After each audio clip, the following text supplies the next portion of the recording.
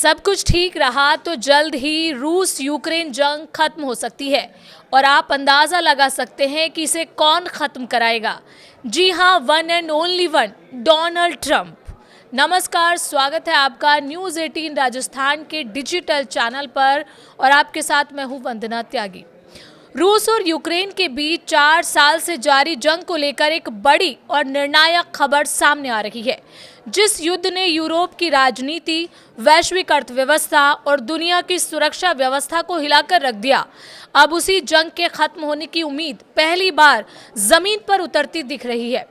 दरअसल Donald Trump की मध्यस्थता से रूस यूक्रेन युद्ध को खत्म करने की कोशिशों ने रफ्तार पकड़ ली है और सबसे बड़ी बात यह है कि 2022 में युद्ध शुरू होने के बाद पहली बार रूस, यूक्रेन और अमेरिका एक ही मेज पर बैठने जा रहे हैं।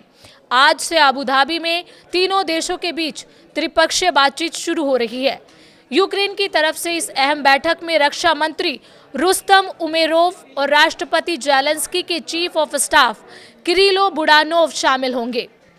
वहीं रूस की तरफ से प्रतिनिधिमंडल की अगुवाई करेंगे एडमिरल इगोर कोस्त्यूवोक।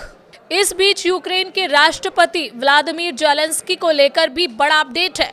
डोनाल्ड ट्रंप से मुलाकात के बाद ट्रंप ने दावा किया है कि रूस यूक्रेन युद्ध अब जल्द खत्म हो सकता है।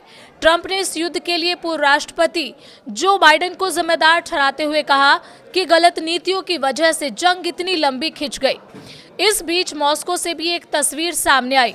रूस की राजधानी से एक अहम वीडियो सामने आया। अमेरिकी प्रतिनिधि मंडल के सदस्य स्टीव विटकॉफ और जेरेड कुशनर आधी रात क्रेमलिन पहुंचे और सीधे रूसी राष्ट्रपति व्लादिमीर पुतिन से मुलाकात की। ये बैठक ट्रंप के उस बयान के कुछ ही घंटों बाद हुई जिसमें उन्होंने कहा था युद्ध खत्म करने का समझौता बेहद करीब है। इतना ही नहीं, पुतिन से मुलाकात से पहले ट्रंप के दूत स्टीव विटकॉफ ने भी संकेत दिया था कि बातचीत अब आखिरी एक मुद्दे पर आकर अटकी हुई है। अब जरा इस जंग के आंकड़ों पर नजर डालते हैं। रूस यूक्रेन युद्ध 24 फरवरी 2022 को शुरू हुआ और इस युद्ध में रूस के करीब 11 लाख सैनिक मारे गए और घायल हुए। यूक्रेन के करीब 4 लाख सैनिक मारे गए और घायल हुए। यानी ये सिर्फ एक जंग नहीं बल्कि एक पीढ़ी को निगल जाने वाला संघर्ष बन चुका है। इसी को लेकर अब अमेरिकी राष्ट्रपति डोनाल्ड ट्रंप खुद मैदान में उतर आए हैं। उन्होंने रूस के राष्ट्रपति पुतिन को साफ संदेश दिया है कि हर दिन सैनिक मारे जा रहे हैं और अब किसी भी कीमत पर युद्ध खत्म होना चाहिए।